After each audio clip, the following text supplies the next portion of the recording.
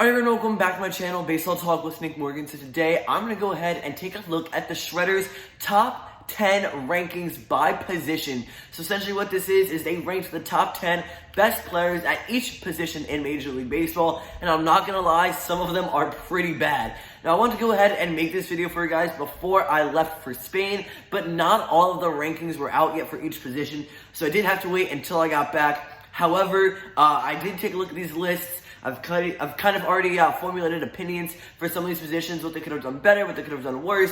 But as I take you through each position and the top 10 players at each position, I'm going to go ahead and give you the positives and negatives to every list that is out there from the Shredder this year. Without further ado, let's get right into it. If you are ready for this video, don't forget to drop a like down below, comment, and subscribe. If you haven't already, also go ahead and follow me on Instagram and Twitter using the links down below. We're going to take a look at actually a pretty good list to start this one, and it's for starting pitchers. The top 10 starters in the game in 2019, according to the Shredder. Now, number one, you have the New York Mets ace, Jacob deGrom, and I honestly really like this pick. I think number one, the best starting pitcher has to go to Jacob. He has multiple Cy Young Award winners. He's a two-time winner in the past 2 seasons, which is really cool. And he's just been so good. His stuff has been phenomenal over the past couple seasons. He did not change much going from 2018 to 2019, and it showed on the mound. He could be a potential three-peat winner going into 2020 when it comes to the National League Cy Young Award. So I really like that first pick. Following deGrom is Verlander and then Cole directly behind in the number 2 and 3 spots, respectively. Now, Verlander only gets better as he gets older, so I'm expecting nothing less from him in 2020. And Gerrit Cole, the $324 million man, a lot's going his way when he joins the New York Yankees for opening day. He made his spring training debut just a couple days ago. But for the most part, this top 3, I am a big fan of. Like, I could not have placed these guys any better for the top 3 starting pitchers in the game. And now to kind of round out this top half of the list, you have Max Scherzer as your number 4 starting pitcher and Hyunjin Ryu at number 5. I agree with Scherzer. With Ryu, I could be a little lenient with. Maybe he could go a little bit lower on this list, but after 2019, the phenomenal year he had, I'm not complaining. Now, if we get to the number 6 through number 10 starters, and respectively you have Zack Greinke, Jack Flaherty, Patrick Corbin, Mike Clevinger, and Walker Buehler. And again, I really like all the names on this list. The order is pretty spot on in my opinion, minus maybe Walker Buehler. I think maybe he would be up a couple more spots. If you move Corbin and Clevinger down to 9 and 10 instead of 8 and 9, you could definitely put Buehler in that number 7 spot, if not even higher. And I do think that for the most part, this is pretty spot on. Definitely one of the better lists that the Shredder came out with, but I thought I'd start off with a good one. And to continue, we're actually now going to go ahead and follow that up with the relief pitchers. And this is also a pretty solid list for the most part. I mean, your number 1, 2, and 3 guys are Kirby Yates, Aroldis Chapman, and Josh Hader in that order. Now, I do think that they kind of put these, again, like right on the spot. Yates did amazing last year in 2019. Chapman was the best AL reliever. And then you had Josh Hader, who just came off of an awesome 2018, followed up with a pretty solid 2019. And those 3 guys, much like the top 3 starters, I agree with 100%. Then it goes into Hendricks, Presley, Workman, Lugo, Ottavino, Rogers, and Smith. Will Smith, of course, being at number 10. I might have put someone like Workman down a little bit lower in the rankings. Ottavino up a little bit. Hendricks, Presley, they're all right for number 4 and 5. Giles and Osuna aren't on here. Well, more specifically, Giles really should be on this list, I think. If he's not the top 10, he's definitely top 12, top 15. But for the most part, again, pretty accurate, pretty spot on. Your big relievers in the game are the top 3. And everyone else is just kind of whatever at that point on. Yates, Hader, and Chapman are the big 3 that everyone's talking about. They're always the first 3 to get picked, really, in fantasy baseball, and they're always up there when it comes to reliever of the year voting. I like this one. Personally, I think that the starting pitching ranking was a little bit better. They could have used other guys on this list. I just think that maybe it would have been tweaked a tiny bit, and you would have had better results. But I can't really go wrong with this list too much. For the most part, Yates, Chapman, Hader, those are really the big guys. They top it, and they got that order correct, so I'm fine. Moving over to the backstops, this is kind of where I start to have a problem with the Shredder. Now, the number one catcher apparently is Yasmani Grandal, switch hitter for now the Chicago White Sox. Now, no doubt he is a top catcher, but is he the best in baseball? Not really, or at least not in my opinion. This is definitely an opinionated video, and I do apologize for this. I'm trying not to do that as much going to 2020. But I really don't think that Yasmani Grandal is the best catcher in the game. JT Realmuto, who they have listed second, in my opinion, should be the most deserving of that number one spot. Grandal is good. He's got some pop in the bat. Yes, he can hit from both sides. But I think overall, JT Realmuto is a better catcher. So you have Grandal, Realmuto, Wilson Contreras, Mitch Garver, Gary Sanchez, Wilson Ramos, Robinson Chirinos, Buster Posey, Yadier Molina, and then Omar Narvaez at number 10. Now, for me, I think Garver and Contreras, I don't know if this is based off 2019 or the careers or just recent seasons, or if it's just projections going into 2020. But for me, I might have put Sanchez a little higher. That might be Yankee bias here, but Wilson Contreras is pretty good. However, I do think that if we're looking at offense, it's Gary Sanchez. When it comes to defense, Wilson Contreras probably has that edge. So it's kind of hard. Well, catching, obviously, you're probably going to go for the defense over offense when you're ranking the players. So I see why they did that. But, you know, Grandal, Realmuto, Contreras, Garver, Sanchez, solid top five. Just a little bit of reordering I think needs to be done there. And those guys are exactly in order. So for me, it'd probably be Realmuto. Let's go, I guess, then Grandal, and then I'll continue with Contreras, Garver, Sanchez, just because Gary Sanchez is also just like a health concern here and there. He is a liability, but for the most part, those top five, really good. The bottom five, I mean, catching is really difficult to come by. Big names and really talented catchers in the game right now, currently. At least in my opinion, I think that's one of the hardest positions to get a really good player at. So these next five guys, I mean, Wilson Ramos is pretty good for the Mets. I like him. Robinson Chirinos, Buster Posey's kind of lost it over the years. Yadier Molina is getting older, and Omar Narvaez is only a name I've heard so often, and I hear so often every season. So, I mean, for the most part, there's not much more they could have done here. I do think that Realmuto should have been number one, but overall, for the most part, this wasn't terrible. Once we get to the outfield, there's going to be some pretty bad rankings and a couple other, the infield positions, but you'll see what I mean in just a couple minutes.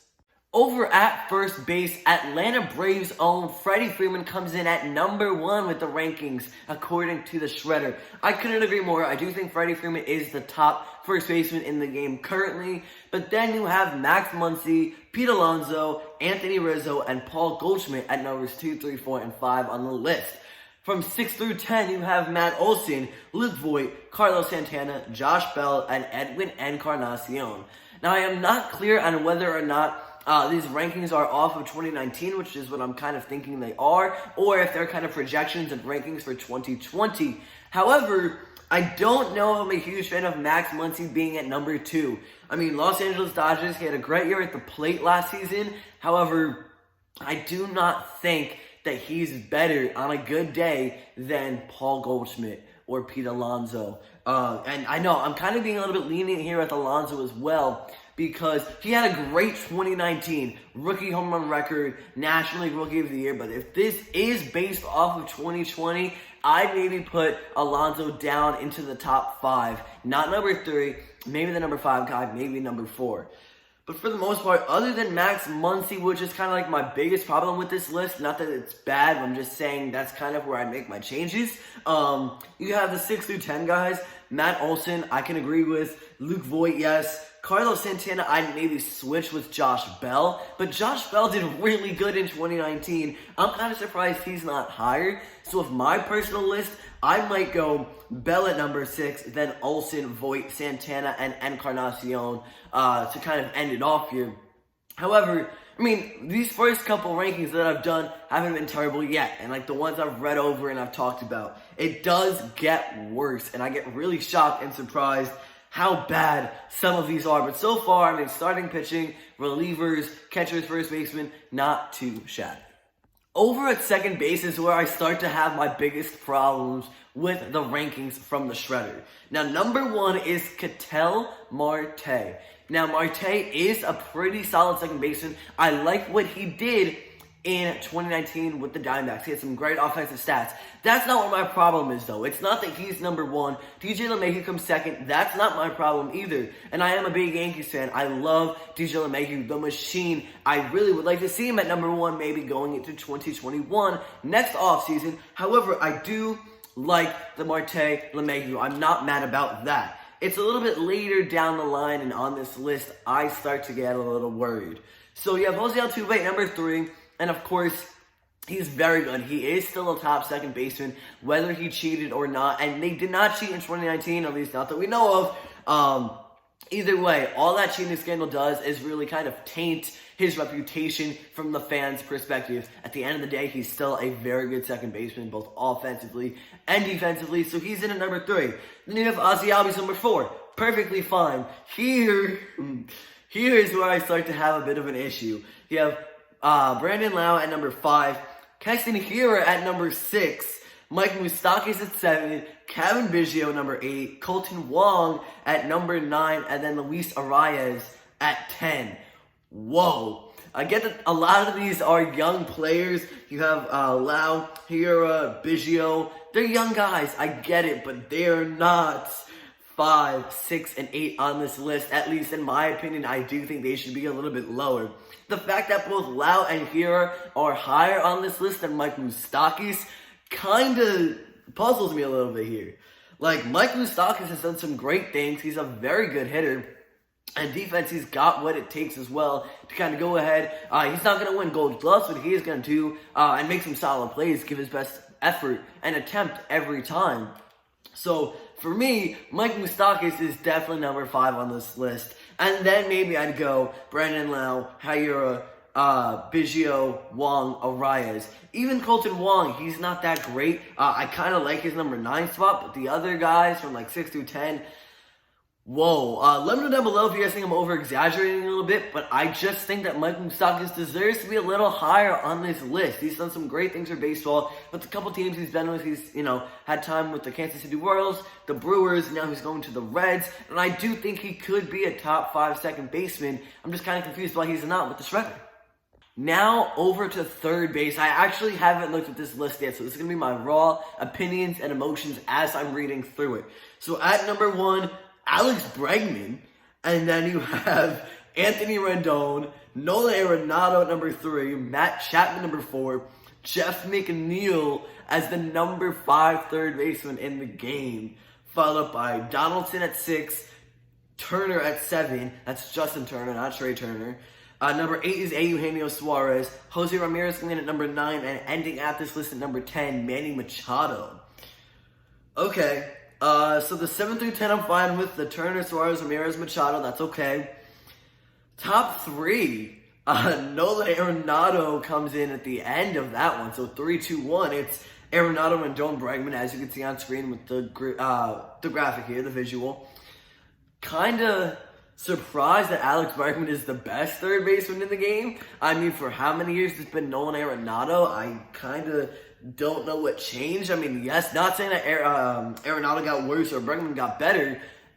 Just saying that, kind of surprised here. Alex Bregman is apparently the number 1 third baseman. I wouldn't agree. For me, I would put Arenado, then Rendon, then Bregman, or Arenado, Bregman, Rendon. I just don't see the Houston third baseman being atop this list. I don't think he should be atop this list, rather. Number 4 is Matt Chapman. That, I think, is also debatable. His offense isn't great. If it's strictly off of defense, then yes, I could see why he is ranked at number 4. However, as an overall player, I don't agree with that. I do have to say it should go to someone else if it's an overall position. Maybe Josh Donaldson.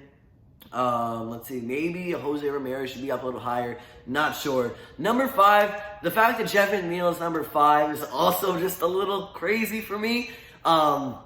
He's young, and I don't even know how many games he played at third base for the Mets last year, for the most part. I didn't watch a whole lot of Mets games. More or less, I was watching Yankees, of course. But I recall him being more like a second baseman and outfielder and stuff. I think I knew kind of coming up that he was a primary third baseman, but I don't know how much time he got in MLB at third base at the hot corner. So I don't know. That's kind of iffy. Number 5, good for him. That he's the number 5 third baseman according to the Shredder. Would I put them there in mind? No. So, third base, not terrible. Could have been a lot better, that's for sure. Heading over to shortstop now. Trevor Story is number 1 on the list from the Shredder, and I could not disagree more. Don't get me wrong, I am a huge Trevor Story fan. Love watching him play. When he's not playing against the team that I root for, I'm rooting for him individually. However, I don't think there's any way that he ever ranks ahead of Francisco Lindor when it comes to the top shortstops in the game. Your 1, 2, 3 guys are Story, Lindor, and Baez. Now, I agree with the 3 names, just not the order. Switch Lindor and Story, that's another question. But at the moment, the way they have it, Story, Lindor, Baez, not my favorite. Then you go on to the 4, 5, 6, Marcus Semien, Xander Bogaerts, and Fernando Tatis Jr. Marcus Semien had a good 2019 offensively. Defensively, he's pretty good as well. Is he the number 4 shortstop in the game? I don't think so. Based off 2019, maybe. But still at the same time, Fernando Tatis Jr. and Gleyber Torres, if we're basing it off 2019, still I think overall are better players. Then you have Xander Bogaerts, number 5. He's been a big name throughout the league for as long as he's been around. Pretty good. Again, should he be higher than Tatis Jr. or Torres? Personally, I don't think so. Jorge Polanco also had a crazy good 2019. He should be up a little bit higher as he ranks number 8. And then you have Carlos Correa, number 9. Paul DeJong, number 10. I personally thought Correa would have been a little higher on this list. When I first saw them 1 through 10, I was a little shocked Correa was that low. But at the end of the day, the Shredder came out with their opinion. They said these are the top 10 guys based off statistics, analytics, whatever they base it off of. I don't agree. I think Semien and Bogaerts should drop down a little bit. I don't think Story should be number 1. Tatis, Torres, Polanco, and Correa, I think, should be boosted up a couple spots in the rankings. However, it's not up to me. What did the Shredder do to this left field list?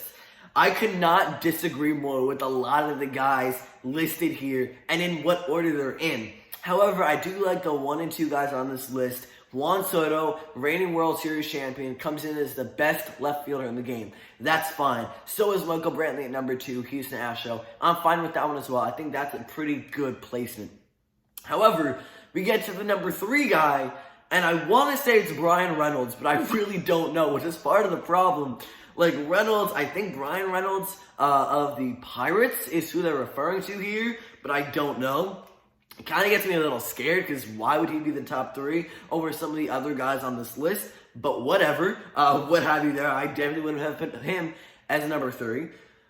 Moving forward, Tommy Pham comes in number 4, and then Mark Canha at number 5 for the Athletics. Definitely wouldn't have put him there either. At number 6, Austin Meadows. He should be higher. He should either be the 3 or 5 guy, where you boost Pham up and Meadows should be 4 or 5. Then you have Jock Peterson. Again, should be higher than number 7 on this list, especially since you have Reynolds and Canha on this list. They should not be there, at least not that high. That's for sure.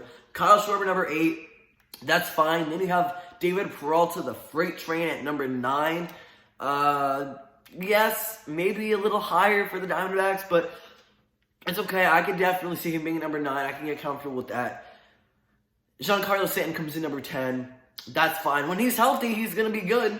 And he is definitely a top 10 left fielder when he's healthy. But right now, based off of 2019, he played, 20 games? So not that I'm fighting against him because he's a Yankee, but he really didn't get much playing time last season. So I don't know how he comes into play and how they came about with this list. But wow, let me know. How bad do you think this list was? What would your left field list have been? Let me know down below in the comment section. Patrolling the outfield now in center, your number 1 guy, of course, is Mike Trout.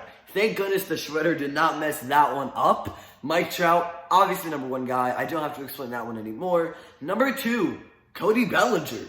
Now, I'm not mad that Cody Bellinger is this high up on the list. Just when I think of Cody Bellinger, I think of him as a right fielder, not a center fielder. So I was a little taken back when I first read that. I was like, oh, okay. Yeah, he's number 2. That's fine. But I just don't see him as a center fielder primarily.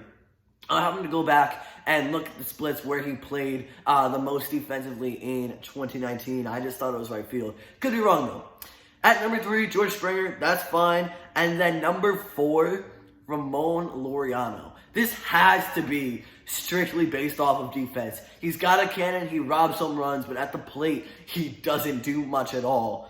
So don't know if it's overall wise, he's not number 4. Defensively, maybe, but wow. Okay, so lowering on number 4. Number 5, Whit Merrifield. Now, much like Cody Bellinger, how I thought he was a right fielder, I was almost positive that Merrifield last year played majority of his games in the infield at like second or short or whatever. Again, when I think of Whit, I think of him as a utility infielder. Yes, I could see him playing outfield, but I don't think he did in 2019. So don't know how he got to number 5 on this list, especially over Starling Marte, Lorenzo Cain, Aaron Hicks, Brandon Nimmo, and Brett Gardner, who are the number 6 through 10 guys here. They're all starting outfielders in comparison to Whit Merrifield, who, again, I believe was pretty much a second baseman the majority of the year. So, as I mentioned, 6 through 10, I don't have many problems. I like Marte and Cain at 6 and 7. They both have pretty solid, well, no. Cain has a pretty good glove. Marte, known, I think, more for the pop in his bat, but overall still a pretty decent player. Then you have Aaron Hicks, switch hitting outfielder for the New York Yankees. I like him when he's healthy. I think he's good. Then Brandon Nimmo at number 9. Personally, I think that Hicks and Nimmo are interchangeable. And then Brett Gardner, number 10. He got a lot of playing time at center last year, though he's primarily a left fielder. I'm happy he's on this list. He's my favorite player in the game, and I do think he deserves it. So, left field was kind of iffy, but they nailed a couple different spots. And sorry, I just said left field. I meant center field. But now that we go into right field, so we're in this last position here, the last 10 players ranked by the Shredder, and this list actually isn't terrible. Like, I could get along with this list. Mine would probably be similar if I would have to go ahead and rank my top 10 right fielders. Number 1, Mookie Betts. The end of the story. I agree. I think he's the best right fielder in the game currently. Number 2, Christian Yelich. Of course, he's going to be this number 2 guy. He deserves it. This guy is phenomenal. You've all seen him play the past 2 seasons. He has been a beast. And then Aaron Judge at number 3. Again, these top 3 guys I can really get along with. I like this. I think the ranking is perfect here for the first 3 guys. Make it the first 4 as Ronald Acuna Jr. comes in, ranked 4th best right fielder in the game. For me, kind of think he was the center fielder, but that just might be me in MLB The Show mode right here. And then number 5, here's where I kind of get taken back again. JD Martinez. Definitely don't remember him being a right fielder. Like, for me, DH and left field at the most right there. He's not a great defensive player, so when he was playing the outfield, I'm pretty sure I recall him playing left majority of the time. And even then, he was really a DH for the majority of the season. So the fact that he's number 5 kind of surprises me here, especially because you have Harper number 6, Jorge Soler number 7, Joey Gallo number 8, Michael Conforto number 9, and Nick Castellanos at 10.